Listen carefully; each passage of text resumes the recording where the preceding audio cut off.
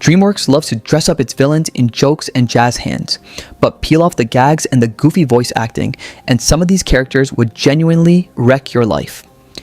We're ranking every DreamWorks villain by how evil they are, judging based on their intent, the actual scale of harm they caused, and how little remorse they showed. F tier, Prince Charming. Yes, you freaks cooperate with the new king of far, far away. Most villains want power. Prince Charming just wants an apology for not being king yet. In Shrek the Third, he assembles a crew of fairy tale rejects to storm the kingdom of far, far away. Also, he can finally sit on a throne he believes should have been his from the very beginning. His evil barely qualifies as evil. It's wounded vanity with a sword. He doesn't want to hurt anyone specifically, he wants recognition. His grandmaster plan isn't to reshape the kingdom or terrorize the population, it's to perform a dramatic stage play about how unfairly life has treated him, with himself cast as the misunderstood hero. Even the villains working for him seem more interested in collecting a paycheck than listening to another speech about his childhood. What makes Charming so low on the list is how shallow his motivations are. He isn't driven by ideology, greed, revenge, or cruelty. He's driven almost entirely by insecurity. Every decision he makes circles back to the same obsession, proving that everyone else was wrong for overlooking him. He certainly threatens innocent people, and his invasion of the kingdom isn't harmless. Guards are attacked, civilians panic, and the royal family is forced into hiding. But compared to almost every other DreamWorks antagonist, the consequences remain surprisingly limited. He never builds a lasting empire, never commits mass murder, and never demonstrates any real appetite for violence beyond whatever gets him closer to his fantasy. Ironically, his greatest weakness is that he desperately wants everyone to like him. Truly dangerous tyrants rarely care whether people admire them. Charming can't stop caring.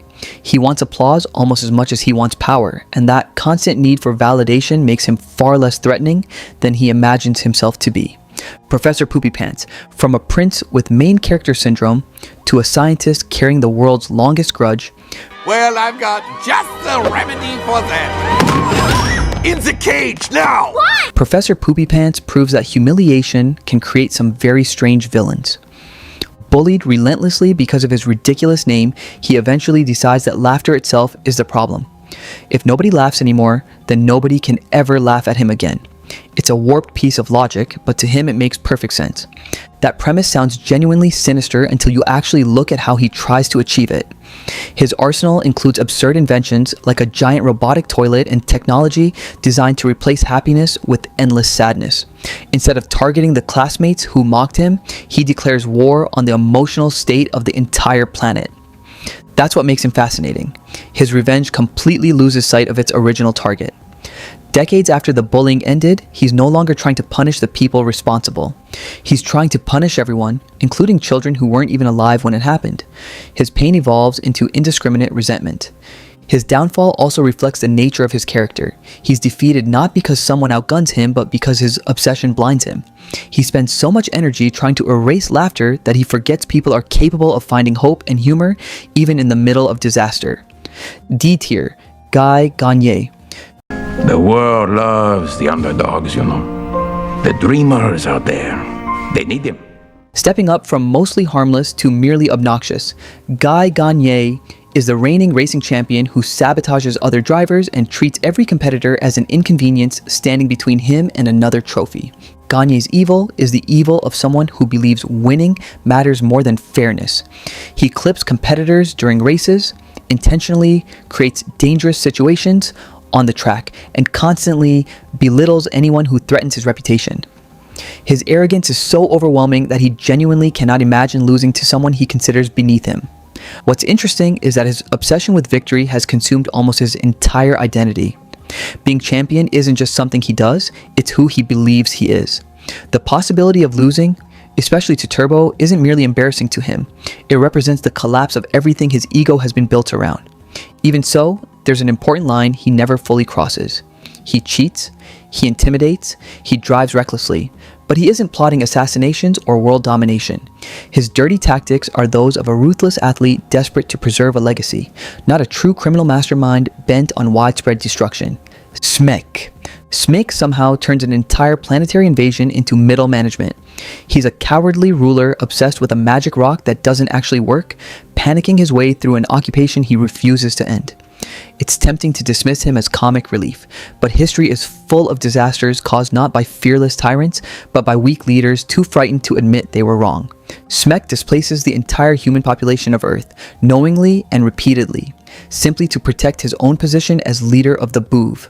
Entire cities are evacuated, families are separated, and billions of people lose their homes overnight because one alien refuses to tell the truth. The suffering isn't accidental collateral damage. It's the predictable outcome of policies he keeps enforcing long after he knows they're unnecessary. His obsession with the so-called Shusher is almost pathetic. Rather than face the Gorg honestly or admit he has no solution, he convinces everyone that a useless artifact is humanity's salvation. Every lie buys him a little more time and power, even if it means countless innocent people continue paying the price. The strange thing about Smeck is that he doesn't enjoy any of this. Unlike many villains, he isn't fueled by hatred or cruelty. He's fueled by panic. He's constantly looking for the safest option for himself, and if someone else has to suffer for it, that's simply a sacrifice he's willing to make. That kind of selfish cowardice can be every bit as destructive as outright malice. C tier, Captain Chantal Dubois. Fool, your cheap cologne is obscuring the animal musk. All my fists! Smeck might be driven by panic, but Captain Chantal Dubois is driven by obsession. As the head of animal control in Madagascar 3, she crosses international borders with a heavily armed hunting team for one reason alone: to kill Alex the lion and mount his head on her wall. This isn't law enforcement anymore, it's trophy hunting disguised as public service. From the moment she discovers Alex escaped New York, she abandons any pretense of professionalism. Instead of protecting the public, she turns the pursuit into a personal vendetta. She chases him through Monte Carlo, across Europe, and into the circus, leaving destruction everywhere she goes. What makes Dubois especially unsettling is how methodical she is. She isn't impulsive. She plans. She tracks scents across countries, studies her target's movements, sets elaborate traps, and repeatedly adapts whenever Alex slips away. She's frighteningly competent, which makes her obsession far more dangerous than if she were simply reckless. And unlike many DreamWorks villains, she receives absolutely no tragic backstory explaining why she became this way. She simply enjoys collecting rare animal heads. To her, living creatures aren't living creatures at all. They're decorations waiting to happen. She shows almost no empathy, not just toward Alex, but toward every animal she encounters. Friends, bystanders, even fellow officers become obstacles to bulldoze through if they slow her pursuit. Her determination borders on mania. Still, her ambitions remain surprisingly small. She isn't trying to conquer nations or reshape civilization. Everything she does revolves around adding one more trophy to an already crowded wall. Focused cruelty is still cruelty. It's simply aimed at a much smaller target. Queen Barb. Don't you remember the plan? Plan? I don't remember. Oh, great idea, man. Okay, guys, line up. From one obsessive hunter to a queen with a guitar and a god complex, Queen Barb rules the rock trolls with one overwhelming belief: the world would be better if everyone were exactly like her. Her goal isn't merely to become the strongest tribe. She wants every form of music except rock to disappear forever. Pop, funk, classical, techno, country, every culture, every tradition, every identity would be absorbed into one giant rock empire under her control. On the surface, it sounds almost harmless because it's wrapped inside colorful musical numbers. But once you strip away the songs, Barb's plan becomes surprisingly disturbing. Music in Trolls World Tour isn't just entertainment, it's culture, it's history, it's identity itself. By stealing each tribe's magical string and transforming the other trolls against their will, she's effectively committing cultural erasure. Entire civilizations lose what makes them unique. That's a remarkably ambitious form of villainy. Few DreamWorks antagonists attempt to erase multiple cultures simultaneously, especially not through forced assimilation. What's interesting is that Barb genuinely believes she's helping everyone. She mistakes sameness for unity. In her mind, eliminating differences means eliminating conflict. The problem is that her version of peace requires everyone else to stop being themselves. Fortunately, she changes course before her plan becomes permanent. She recognizes that harmony comes from different voices working together rather than one voice replacing all the others. B tier, Rumpelstiltskin. Silly little ogre. You don't get it, do you? You see, you were never born. Leaving trophy hunters and rock queens behind, we arrive at one of DreamWorks' most quietly terrifying villains. Rumpelstiltskin doesn't rely on brute strength or overwhelming magical power. He weaponizes desperation. By the time Shrek Forever After begins, he's already spent years exploiting vulnerable people through magical contracts that always seem fair until it's far too late. When Shrek signs away a single day from his childhood, Rumpelstiltskin gains everything he needs to rewrite reality itself. That's what makes him so dangerous. He rarely forces anyone to agree. He simply waits for someone to become desperate enough to sign. Within the alternate timeline he creates, Far Far Away transforms into a kingdom ruled entirely by fear. Ogres are hunted for sport, fairy tale creatures are imprisoned, exploited, and sold into slavery. Witches patrol the skies, enforcing his laws, while ordinary citizens live under constant intimidation.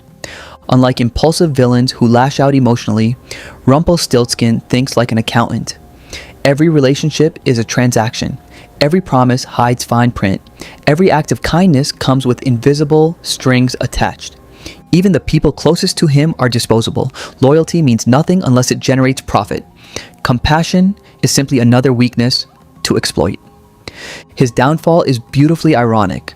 After trapping countless victims inside carefully worded agreements, he becomes trapped by the same rules himself. The technicality that destroys his empire is the same legal game he spent years using against everyone else. Poetic justice doesn't undo the suffering he caused, though it simply proves that even the cleverest manipulator can eventually be outmaneuvered. Kai. In the spirit realm, you pick up a thing or two. I have taken the chi of every master. From contract law to the spirit realm, Kai raises the danger considerably by becoming something few DreamWorks villains ever achieve, practically unstoppable. A former brother in arms to Master Oogway, Kai discovered how to steal chi, the very life force of Kung Fu masters, imprisoning their souls inside jade amulets and adding their strength to his own. His descent into evil didn't happen overnight. Once, Kai genuinely fought beside Oogway to protect China, but the moment he realized chi could make him more powerful than anyone else, friendship became secondary to ambition. What started as curiosity quickly turned into addiction. For centuries, Kai roamed the spirit realm, collecting one legendary warrior after another. Every jade pendant hanging from his belt represents someone whose identity he stripped away. They aren't merely defeated opponents, they're living trophies reduced to obedient weapons that exist only to strengthen their captor. When he finally escapes the spirit realm, his revenge against Oogway is only the beginning. One by one, he defeats every Kung Fu master standing in his path, effortlessly overwhelming fighters who spent entire lifetimes perfecting their craft. Even Master Shifu, one of the greatest teachers alive, stands almost no chance against him. Unlike impulsive conquerors, Kai is incredibly patient. He's willing to spend centuries waiting for the perfect opportunity. Time means almost nothing to an immortal. That patience makes him even more dangerous because he never has to rush into mistakes. His army also grows stronger with every victory. Every opponent who falls has the potential to become another Jade warrior fighting against their former allies. In effect, every battle increases his numbers while reducing everyone else's. Fortunately, Po eventually restores the stolen masters after defeating Kai, preventing his crimes from becoming permanent. But that ending shouldn't minimize what he accomplished. For centuries, he deliberately hunted, imprisoned, and erased countless warriors simply because their strength could become his. A tier. Drago Bludvist. Let this end now. Never! Come on! Moving from supernatural conquest to outright warlordism, Drago Bludvist doesn't conquer kingdoms. He conquers choice. Everything about Drago revolves around control. After losing his arm during a dragon attack years earlier, he concludes that coexistence is impossible. From that moment forward, dragons stop being living creatures in his eyes. They become weapons that either obey or die. Instead of learning from tragedy, he builds an empire around fear. By enslaving a bewildered beast, an alpha dragon capable of controlling countless others, Drago effectively removes free will from nearly every dragon under his command. Entire species become unwilling soldiers in wars they never chose to fight. His methods are brutally efficient. Villages are conquered, resistance is crushed, and anyone refusing To submit becomes another casualty of his campaign. Humans aren't treated much better. Soldiers exist purely to obey orders, and compassion has no place inside his ranks. Perhaps his darkest moment comes during the battle against Burke. While controlling Toothless through the bewildered beast, Drago indirectly causes Stoic's death. It's one of the most shocking losses anywhere in DreamWorks animation, and Drago barely reacts. To him, another death simply means another obstacle removed. Even his speeches reveal how deeply broken he has become. He insists dragons can never be trusted, all while committing atrocities by forcing those same dragons into slavery. Every action contradicts the justification he uses to defend it. Pitch Black. Pitch attacks belief before he attacks people. He doesn't seek treasure, political power, or revenge in the traditional sense. Instead, he wants to erase hope itself, replacing every child's belief in wonder with permanent fear. That's an almost impossible level of psychological warfare. Nightmares become his army. Every frightened child strengthens him, while every moment of courage weakens him. Rather than conquering cities, Pitch conquers imaginations. He corrupts the Sandman's peaceful dreams into terrifying nightmares, turning sleep itself into something children begin to dread. Holidays lose their joy. Familiar symbols of comfort become frightening. The Guardians aren't simply defeated physically, they begin disappearing because children stop believing they exist.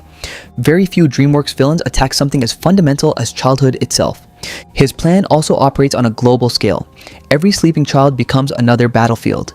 Every nightmare becomes another victory. Unlike villains whose influence remains confined to one kingdom or continent, Pitch's ambitions extend to the entire world simultaneously. What makes him fascinating is how completely he understands fear. He doesn't rely on brute force because he knows frightened people often defeat themselves. Once hope disappears, resistance usually follows. Ironically, that's also his greatest weakness. His existence depends entirely on belief. The moment enough children choose courage over fear, his power begins collapsing. It's a wonderfully symbolic defeat. The very emotion he spent centuries cultivating ultimately becomes too fragile to sustain him. S tier. Jack Horner. And I would come out naked, but my clothes grew too. Cool. Thank you. Pitch wanted to imprison the world in fear. Jack Horner simply wants everything. His objective sounds deceptively simple. Collect every magical artifact in existence, capture the wishing star, and claim all magic for himself. But underneath that simple goal lies perhaps the purest example of selfishness DreamWorks has ever created. Jack Horner is terrifying precisely because nothing made him this way. Everyone else points to trauma, betrayal, loneliness, or revenge. Jack has none of those excuses. He openly admits he had a wonderful childhood. He was loved, he was successful. He simply enjoys being evil because it benefits him. That complete absence of justification makes him uniquely unsettling. He murders without hesitation, sacrifices loyal henchmen as disposable tools, steals magical relics from anyone who possesses them, and even threatens children with the same cheerful enthusiasm he uses to discuss baking. His complete lack of empathy becomes almost comedic, until you realize the comedy only makes his cruelty feel colder. Perhaps the funniest and darkest running joke in Puss in Boots. The last wish is how casually everyone around Jack dies. Assistants disappear in explosions. Guards are crushed by magical objects. Mercenaries are wiped out. Jack barely pauses before moving on to the next obstacle. He doesn't value loyalty because he doesn't value people. If he actually gained control of every magical force in existence, there's little reason to believe he'd use it for anything except satisfying his own endless greed. He isn't trying to improve the world. He wants ownership of it. That combination of limitless ambition, complete emotional emptiness, and absolute lack of remorse earns him a comfortable place in S tier. Lord Shen. If Jack Horner represents evil by choice, Lord Shen represents evil by calculation. Before Kung Fu Panda 2 truly begins, Shen has already committed one of the darkest acts in DreamWorks history. After hearing a prophecy that a panda would one day defeat him, he orders the massacre of an entire panda village. Rather than risk the prophecy coming true, he attempts to erase an entire species from existence. He never waits for proof. He never questions whether the prophecy could be avoided another way. He simply chooses genocide. Years later, he still believes he was right. Instead of regretting what happened, Shen spends every year afterward building increasingly powerful weapons to guarantee that no one will ever challenge him again. Every cannon he manufactures is another attempt to justify the massacre rather than confront it. He even exiles his own parents after they condemn his actions, choosing power over family without a second thought. Later, he murders Master Thundering Rhino. The instant diplomacy becomes inconvenient, demonstrating once again that mercy simply doesn't exist in his worldview. What ultimately makes him the single most evil DreamWorks villain isn't just the body count, it's intent. Shen genuinely believes he succeeded in wiping the pandas off the face of the earth. He thinks he wiped out an entire race. He was wrong. Po survived, a hidden panda village survived, but those survivors exist despite Shen's intentions, not because of them. From a prince who gets crushed by a curtain to a peacock who nearly erased an entire species before the opening credits, DreamWorks has quietly built one of animation's darkest rogues galleries. Which villain do you think actually deserves to be number one? Let us know in the comments, and if you enjoyed this ranking, don't forget to like and subscribe and click the next video on your screen.